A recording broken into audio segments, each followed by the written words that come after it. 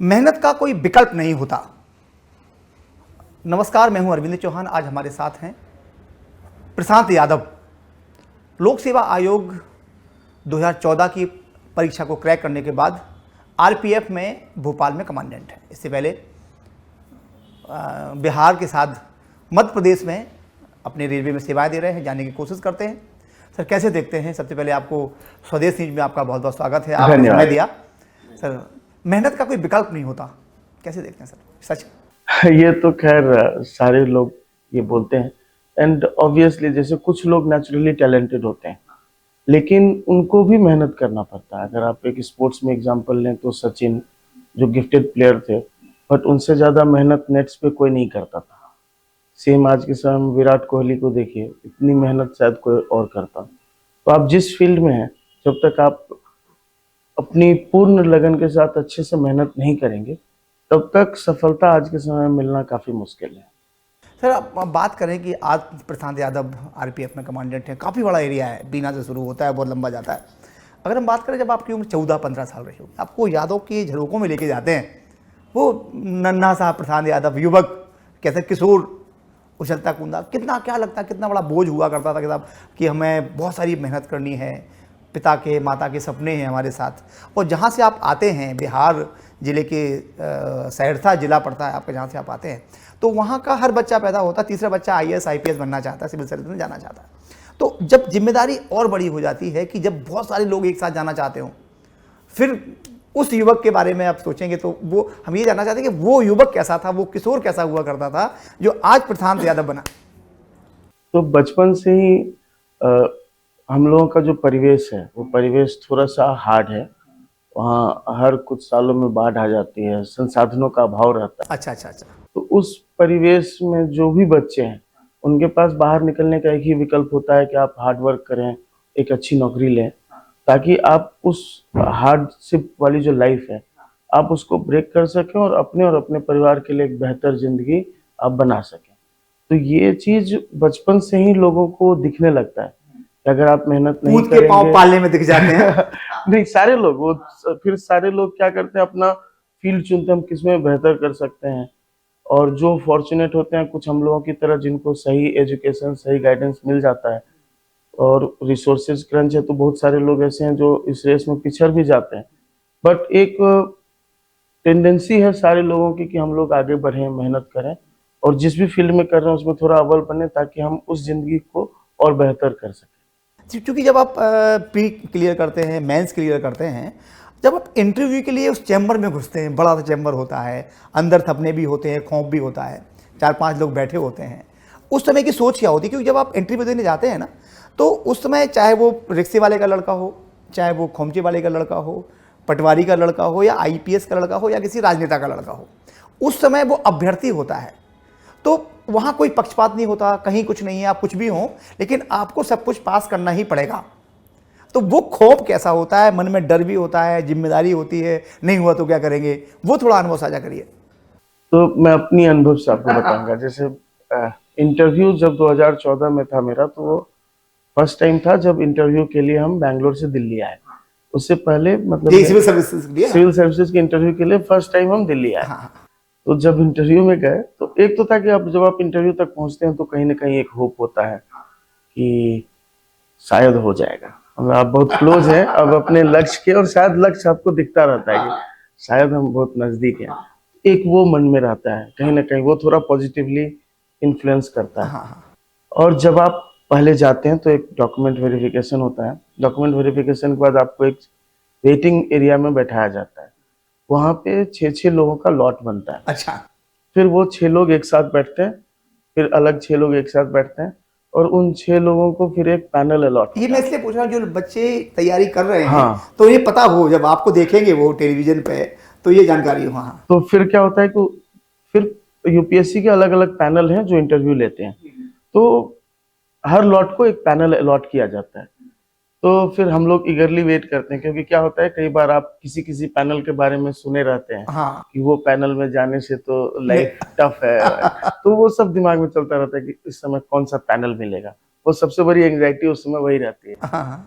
फिर आके वो अनाउंस करते हैं कि आप इस पैनल में, वो उस पैनल में। तो कुछ तो रहता है कि हाँ ये पैनल है तो टफ पूछेगा, ये पैनल है तो इजी पूछेगा, माइंड में आप परसेप्शन बने होते हैं। परसेप्शन बने होते हैं ऑलरेडी, और उसमें भी ये होता है कि आप लगातार तैयारी करते होते हैं, कहीं ना कहीं माइंड में वो क्वेश्चंस, अगर ये पूछा तो राइट फ्रेम, आंसर को कैसे राइटली फ्रेम करें, तो वो सब चलता रहता है।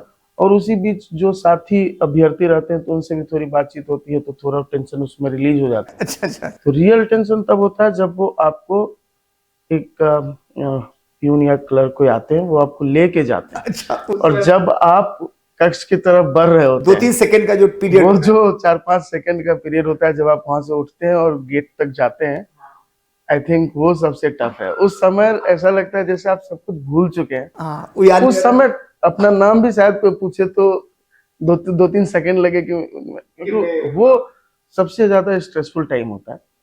फिर वो एक बार हम लोग बाहर वेट करते रहते हैं, जब अंदर से जिनका इंटरव्यू होता है वो निकलते हैं, फिर हम लोग जाते हैं। बट एक बार आप जाके उनको सैल्यूटेशन जो ग्रीटिंग्स होती है देते हैं, फिर वो बैठने बोलते हैं, आप बैठते हैं, फिर सब कंफर्टेबल हो जाते हैं। फिर सब कंफर्टेबल। सर ये इस सर्विसेज में भाग्य का कितना आप योगदान मानते हैं, कितना प्रतिशत है? जैसे आप मेरे समय का मैं आप बता पाऊंगा, जैसे अगर 1000 सीट है और 3000 लोग इंटरव्यू दे रहे हैं, हाँ तो उस 3000 में वो 3000 साढ़े 3000 वो उस काबिल हैं कि जो उस वो यहाँ लिस्ट तक में पहुंचे। जा सकते हैं। कोई किसी एक सब्जेक्ट में कम पा सकता है, या कोई किसी का उस दिन खराब हो और दिन खराब हो। शायद इंटरव्यू में वो फंबल कर जाए या कुछ बात ऐसी हो जाए जिसको क्रैक न कर पाए, तो ये कहीं ना कहीं हार्डवर्क तो है ही, और आप कहें 10-20% इसमें आपका लक भी है कि वो आपको किस तरीके से स्टीयर कर देता है। कई बार कुछ हार्ड क्वेश्चन किसी के पाले पड़ गए, किसी के पाले इजी क्वेश्चन पड़ गए, तो वो तो लक का रोल है ही। हाँ अच्छा, तो लक है कितना, कितने फीसदी? 10-20% तो लक जरूर है उस अच्छा, लेवल पे आके वो क्योंकि होता मेंस तक तो लक का रोल नहीं है। नहीं है। मेंस तक it is pure hard work. Okay okay. आप कितना पढ़े हैं, आपका डेप्थ ऑफ नॉलेज क्या है। हाँ हाँ। बट इंटरव्यू में आने के बाद लगता है कि हाँ, अगर अजय है थोड़ा सा सपोर्ट लक का हो तो ये मैंने, मेरे बहुत सारे मित्र हैं जो पुलिस सेवा में हैं और प्रशासनिक सेवा में हैं। जब वो घर जाते हैं तो बहुत सारी स्ट्रेस लेके जाते हैं।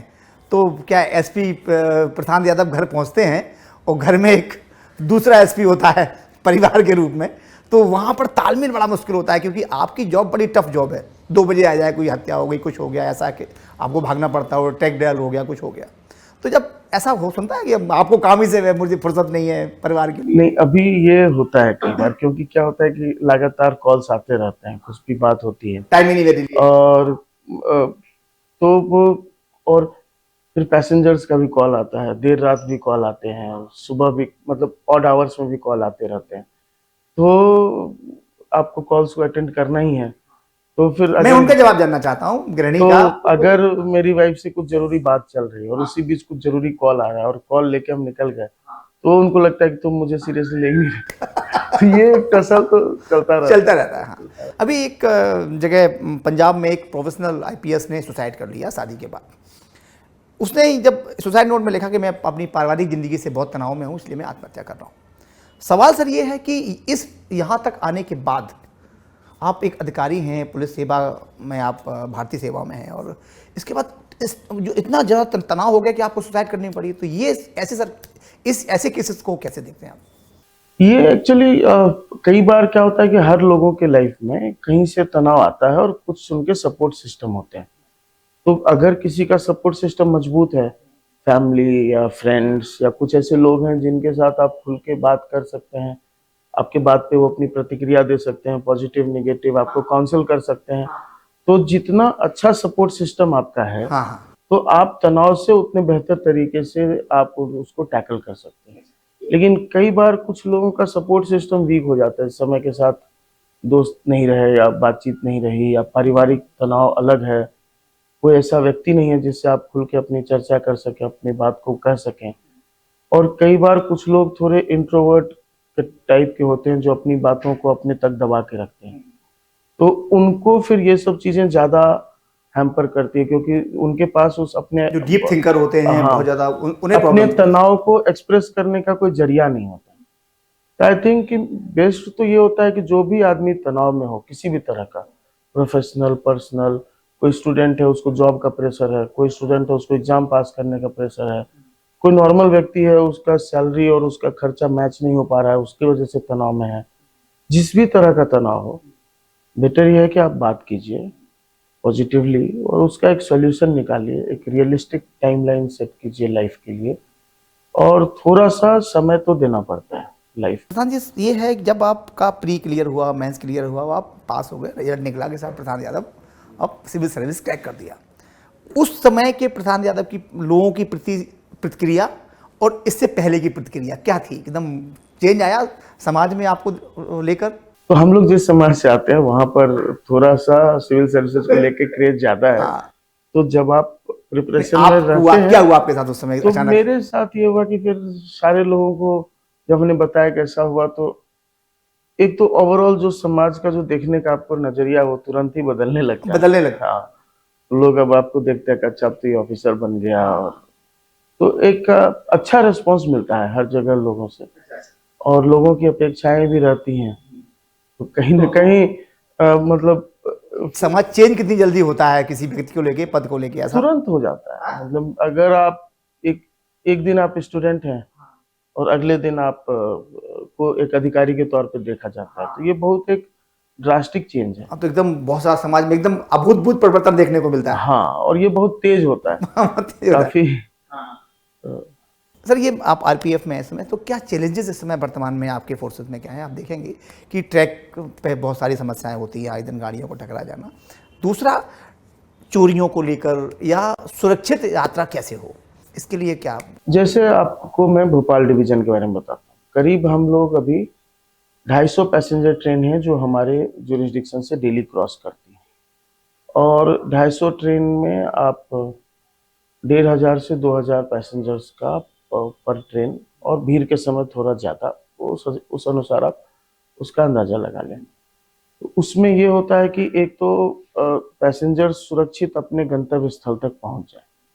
सुरक्षित पहुंचने का उद्देश्य एक्सीडेंट से लेकर के उसके साथ चोरी ना हो, उसके साथ किसी तरह का मारपीट ना हो, उसके साथ किसी तरह का कोई इशू ना हो। तो वो एक हम लोगों का पूर्ण लक्ष्य होता है। कुछ समय में ट्रैक पर पत्थर रखना, बोल्डर रखना, कुछ कुछ इस तरह पूरी की देश में घटनाएं घटनाएं, आ रही, कहीं लगभग तो 8, 9, 10 घटनाएं हो तो गई। ये एक नई चुनौती हम लोगों के आगे आ गई। क्योंकि अगर आप भोपाल डिवीजन देखेंगे तो करीब 1200 किलोमीटर का ट्रैक लेंथ है जो हम लोग उसको कैटर करते हैं। अब एक एक किलोमीटर को हम लोगों को स्कैन करना, और कौन सा वल्नरेबल स्पॉट है, और कोई भी इस तरह की घटना ऐसी है जो एक एक्सीडेंट में कन्वर्ट हो सकती है और जिससे कई लोगों की जान जा सकती है। तो ट्रैक के लोग जो गांव हैं उनको जागरूक करना और लोगों में एक अपना मुखबिर तंत्र इस्टेब्लिश करना, ताकि कुछ भी इस तरह की घटना हो तो हम लोगों को समय पर पता चले। तो ये एक नया चैलेंज था जो अभी हम लोगों के सामने आया, और हम लोगों ने उसको अभी तक तो सक्सेसफुली टैकल किया है।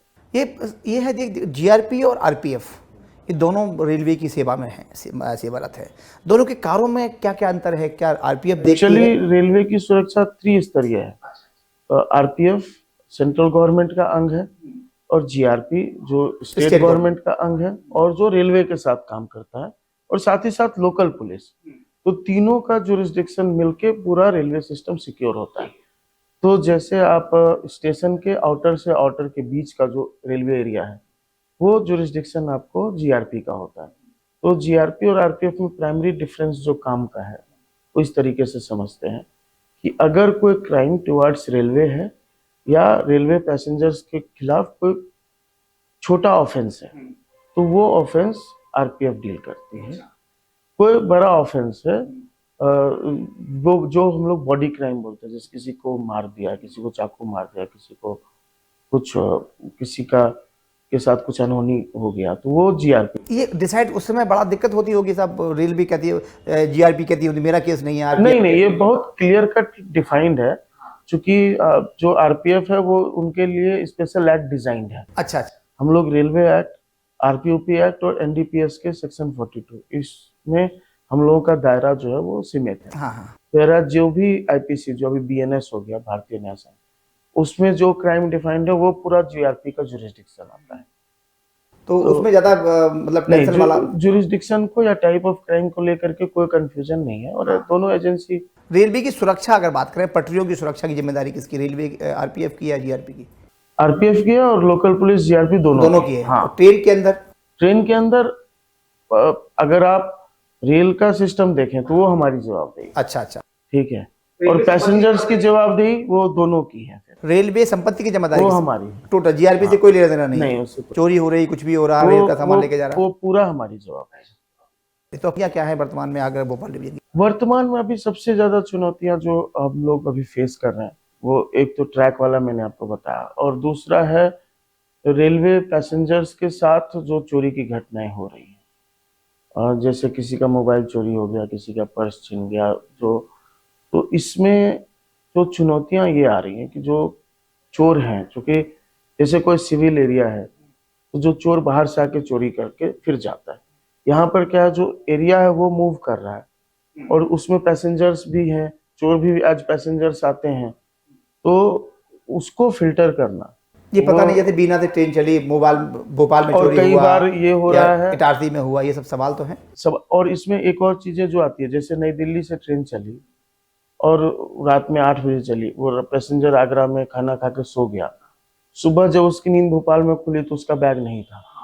तो अब ये 6 घंटे 8 घंटे की जर्नी के बीच में उसका सामान कहाँ चोरी हुआ, possible place of occurrence of theft क्या है, फिर उसके अनुसार फिर कौन कहाँ मतलब उसको लोकलाइज किया जाए, चोर को उसमें कैसे डिटेक्ट किया जाए, ये एक बहुत बड़ी चुनौती है जो जीआरपी और हम लोग दोनों फेस करते हैं। अच्छा अच्छा, ये तो बड़ा चुनौती वाला काम है। हाँ। तो क्या करते हैं सर उसमें, जैसे उसने एफआईआर करा दी आगे थाने में, हो गया, एफआईआर हो गया, फिर हम लोग पॉसिबल टाइमलाइन की ट्रेन कहाँ रुकी, कहाँ स्लो हुई, उसकी पूरी चार्ट। अच्छा, सीसीटीवी की मदद से नहीं हो पाता है कि सब, लेकिन हाँ, सीसीटीवी जहाँ जहाँ है, सीसीटीवी तो अभी मोस्टली भोपाल मंडल के सारे स्टेशनों पे लग रहा है, और जितने बड़े स्टेशन से अपना भोपाल, इटारसी, बीना, विदिशा, सब जगह अच्छा सीसीटीवी कवरेज है।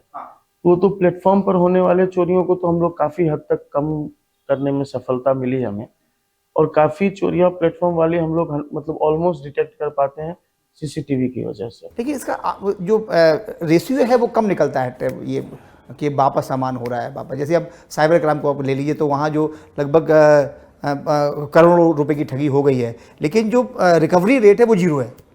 ऐसी रेलवे में जो रिकवरी है उसकी, तो वो बहुत कम फीसदी है। वो कम होने का दो तीन ये रीजन है। हाँ, दो तीन कारण है। एक तो सबसे पहला क्रैक समझते हैं कि अगर हम लोग साल में 1500 केसेस चोरी के दर्ज कर रहे हैं और हम लोग करीब 200-250 केस सॉल्व कर पा रहे हैं, तो कहीं ना कहीं एक गैप है। कई बार ये होता है कि हम लोगों ने एक चोर को पकड़ा, वो चोर 10 इंसिडेंट में चोरी किया हुआ हो सकता है, बट हमने उसको एक इंसिडेंट के लिए जब पकड़ा है, तो जो हमारे साक्ष्य हैं उस चोर के अगेंस्ट, वो 1 या 2 इंसिडेंट के ही हम लोग उसको कहिए कि हम लोग उसको कर पाते हैं। तो भले ही उस चोर ने 10 चोरियां की होंगी, हमने बस उसको 2 के लिए ही सजा दिला पाए, तो वो 8 केसेस जो उस चोर की वजह से भले ही सॉल्व हो गए, हाँ, लेकिन हम लोग उसको डिफाइन नहीं कर पाए। मतलब आप कह सकते हैं उसको कि उचित अंजाम तक नहीं पहुंचा पाए। हाँ, मतलब ये क्लियर नहीं, वो अभी वो चल ही रहे हैं अंदर। कि कोई चोर मानेगा नहीं कि उसने कितनी चोरियां की, और जो लीगल सिस्टम है वो भी थोड़ा सा जटिल है, तो वो पूरे उस सिस्टम को करके और एक्चुअल कर पाना थोड़ा कई बार। जो नया एक्ट बना है अभी अभी चेंज हुआ है जुलाई को, इससे कुछ फर्क पड़ा है एक्ट में कुछ? इससे काफी फर्क पड़ा है, क्योंकि जो फोटो वीडियो एज एविडेंस जो पहले था, तो अब ये प्राइमरी एविडेंस हो गया। कोई फोटोग्राफ है, कोई वीडियोग्राफी हो रही है घटना का कहीं से, वो एज प्राइमरी एविडेंस अब अच्छे तरीके से काम करता है। पहले नहीं मानते थे? पहले भी मानते थे, बट वो जो एविडेंस एक्ट था वो पुराना था, अब जो है वो नया हो गया, तो अब इन सारी चीजों को मान्यताएं ज्यादा मिल रही हैं। तो कहीं ना कहीं ठीक है, चीजों को मॉडर्न तरीके से जो एविडेंस कलेक्शन का टूल्स है, साइबर के जो टूल्स हैं, उन पे अब हम लोगों का ज्यादा रिलायंस बढ़ा है। अभी जो जिम्मेदारी आपके पास है, साथ साथ अगर बात करें तो अभी एरिया जो है आपके पास, उसमें चोरी की लगभग जो मुकदमे पंजीकृत होते हैं उसका टैग तो मिल ही नहीं, मतलब वो मिल ही नहीं पाता उसका सही से। अब अगर हम बात करें तो लगभग 20 से 25% तक होता होगा। तो और क्या जिम्मेदारी बनती है, मतलब और क्या आपको यहाँ पर चुनौती है ये वर्तमान में कि इसे बेहतर से बेहतर किया जाए? जैसे संसाधन तो पर्याप्त होते हैं रेलवे के पास। संसाधन रेलवे के पास पर्याप्त होते हैं, बट उस संसाधनों में जैसे आप तकनीकी संसाधन की बात करें, जैसे सीसीटीवीज की बात करें, तो सीसीटीवीज का लगाना एक टीडियस प्रोसेस है। अभी तक आप समझिए कि पूरी तरीके से सारे स्टेशनों पर सीसीटीवी लगाने में अभी कम से कम 1 साल और लग जाएगा। तो इस 1 साल तक समझिए कि हमको उसको फाइट करने में कहीं ना कहीं, उसके बाद जैसे कुछ नई ट्रेनें हैं, तो वंदे भारत है, शताब्दी है, राजधानी की रेल, उनमें सीसीटीवी लगा है। तो इन ट्रेनों में अगर चोरियां होती हैं तो उस सीसीटीवी की मदद से हम लोग ट्रैक जल्दी कर लेते हैं। नई वंदे भारत ट्रेनों के बाहर में भी, इंजन के बाहर भी सीसीटीवी लगा है। तो कई बार जो पत्थरबाजी की घटनाएं होती है ट्रेनों पर, तो उससे हम लोग को उसमें डिटेक्शन में भी काफी मदद मिलती है। तो अभी बाकी ट्रेनों में भी सीसीटीवी लगने का प्रोसेस है। अब वो प्रोसेस चल रहा है। अब ये सारी चुनौतियां हैं। जब ये कंप्लीट एक तरीके से, जब हम एक समय आएगा जब हमारे पास 50% ट्रेनों में सीसीटीवी कवरेज होगा, सारे स्टेशनों में सीसीटीवी कवरेज होगा, तब आप देखेंगे कि जो इस तरह की घटनाएं वो ऑलमोस्ट 50 से 60% या उससे ज्यादा तक कम हो जाएंगी। अच्छा, ये अभी आप देखा कि ट्रेन के आगे सिलेंडर रख दिया, पत्थर रख दिया, ये कौन लोग करते हैं? मतलब अक्सर कैसे लोग होते हैं? ये आदतन अपराधी होते हैं या ये कह सकते हैं कि विघ्नकर्ता नहीं होते, जबरन किसी चीज़ को करना, या बाकी रेलवे को नुकसान पहुंचाने के लिए, समाज को नुकसान पहुंचाने के लिए करते हैं? इसमें अलग अलग तबका है जो कर रहा है। एक तो स्कूल गोइंग चिल्ड्रन है जो ट्रैक के अगल बगल खेल रहे हैं और ट्रैक पर कुछ गलती से रख दिए, तो वो तो चलिए उनसे गलती से वो अपराध हो रहा है, हम लोग उसको। बट एक तबका है जो रील्स बनाने के चक्कर में या मतलब इंटरनेट पर कुछ चीजों को वायरल करने के चक्कर में इस तरीके का कर रहा है। वो बहुत मतलब मजाक के लिए, आप मजाक के लिए या किसी तरह का प्रैंक करने के लिए, और तो उसमें कई लोगों की जानें भी जा रही हैं। हाँ हाँ। तो ये तो आप लोगों के माध्यम से हम अपील भी करना चाहेंगे कि इस तरह रील्स बनाने के चक्कर में ट्रैक का दुरुपयोग ना करें। अगर आप पकड़े जाएंगे तो केस भी होगा। अच्छा, वही अगर पकड़े जाते हैं तो वही धारा उन पे लगेगी जो साजिश कर रहे हैं उन पे लगती है कि आप लोग माफ कर देते हैं उन लोग को? नहीं, अगर बच्चे हैं तो फिर उन पे जुवेनाइल जो कानून है, जुवेनाइल जस्टिस एक्ट, उसके अंतर्गत कार्रवाई होती है, तो एक तरह से उसमें उनको माफी हो जाती है। हमारी ये तो इसमें तो जागरूकता होनी चाहिए। बिल्कुल, हम लोग लगातार स्कूल्स में और जहाँ ट्रैक के लोग प्लेग्राउंड है, हर जगह हम लोग लगातार जाते हैं, जनता को जागरूक करते हैं। चलिए, हम भी अब अपने दर्शकों से आपके माध्यम से कहेंगे कि इस तरह का कोई भी कृत्य ना करें। सर, ये मेरा एक अंतिम सवाल है आपसे, और चूँकि आप एक इससे बड़ा पद होते ही नहीं है कोई, मतलब लोक सेवा आयोग की परीक्षा पास करना हर युवा का सपना होता है, आपने वो किया है। आज के युवाओं में देखा जाए कि मोबाइल की लत बड़ी बुरी है। अभी अब बोला कि रील्स के लिए इतनी परेशानी हो रही है, मोबाइल की लत। तो जब हमने एक अभी इंटरव्यू किया था, उसमें पूछा कि भाई मोबाइल कितना ज़रूरी है, तो उनका कहना मोबाइल बहुत ज़रूरी है, नहीं उससे पढ़ाई नहीं होती, नेट नहीं मिलता। तो आपको क्या लगता है कि मोबाइल से दूरी परीक्षा के दौरान या जो तैयारी कर रहे हैं उसके दौरान होनी चाहिए? और युवाओं को क्या करना चाहिए? कितने भ्रम की स्थिति में रहते हैं, वो पढ़ते हैं फिर बाद में आते हैं। सवाल तो ये है, जब वो यूपीएससी का तैयारी करने जाते हैं और 3 साल बाद वापस लौटते हैं, तो वो कह सकते हैं ना, तो वो सिविल सर्विस के लायक तो बचते ही नहीं है, अन्य सर्विस के लायक भी नहीं बचते। तो ऐसा वो क्या करें? देखिए, एक तो तकनीक से आप पीछे नहीं मुड़ सकते। अगर समाज आगे जा रहा है तकनीकी तौर पर, तो आप उसमें पीछे नहीं जा सकते कि हम मोबाइल नहीं यूज करेंगे। आप अभी देखेंगे कि एआई का जमाना है और चैट जीपीटी और ये सब के माध्यम से आप बहुत सारी चीज़ों को आप अच्छे तरीके से समझ सकते हैं। तो इसमें यह है कि आप एक बैलेंस बनाएं कि कितना समय आपको, और मोबाइल का जो अगर आप प्रोडक्टिव यूज करें तो वो प्रोडक्टिव है। It is like a gun, कि अगर हम सेल्फ डिफेंस के लिए यूज करें तो अच्छा है, और किसी का मर्डर करने यूज करें तो गलत है। अच्छा। अगर आप मोबाइल का अनप्रोडक्टिव यूज करते हैं कि बैठ के आप रील्स देख रहे हैं, समय बर्बाद कर रहे हैं, तो कहीं से सही नहीं है। सर, इस पर अगर बात करें यूपीएससी की तैयारी के लिए, क्या विकल्प जरूरी है? अगर नहीं हुआ तो भैया दूसरा कर लेंगे कुछ?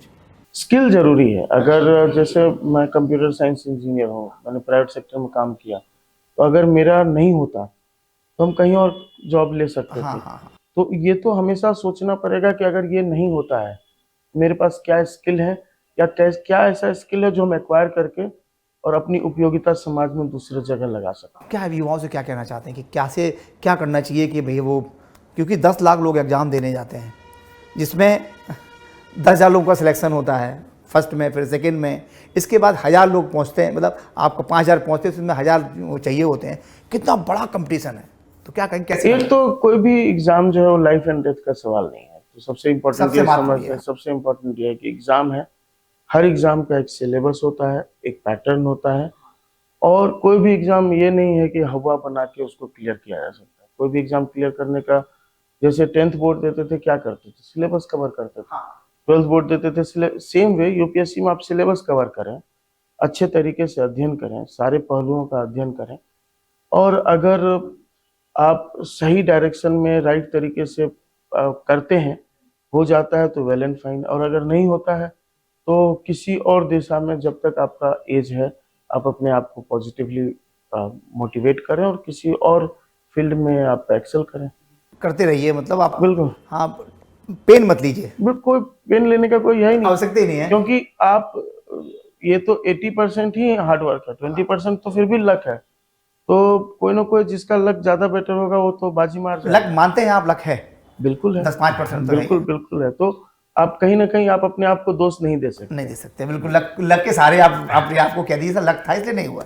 हमारे साथ थे प्रशांत यादव, 2014 में उन्होंने लोक सेवा आयोग की परीक्षा को क्रैक किया और आज भोपाल में ये रेलवे एसपी हैं और कमांडेंट हैं, क्योंकि एसपी शब्द वहाँ नहीं होता है। निश्चित तौर पर उन्होंने अपील भी लोगों से की है कि वो अपनी रील बनाने के लिए लोगों को परेशान ना करें, क्योंकि अगर ऐसा वो करते पाए जाते हैं तो रेलवे की जो धाराएं अन्य लोगों पर लगेगी वो ही उनके ऊपर भी लागू होंगी। साथ में उन्होंने लोगों से अपील की है और युवाओं से भी अपील की है कि आप ऐसा जब भी एग्ज़ाम की तैयारी करें तो एक मोबाइल का इस्तेमाल करें, आप इंटरनेट का इस्तेमाल करें, लेकिन उसे अपनी सुरक्षा के लिए करें, मतलब यानी कि जितनी ज़रूरत हो उतना करें और पेन बिल्कुल न लें। लक का कहीं ना कहीं योगदान जरूर होता है और किस्मत के साथ अगर पढ़ाई करेंगे तो निश्चित तौर पर कहेंगे कि मेहनत का कोई विकल्प नहीं होता। आपको प्रशांत भाई बहुत सर नमस्कार, आप यहाँ पर आए, आपको बहुत बहुत धन्यवाद। Thank you.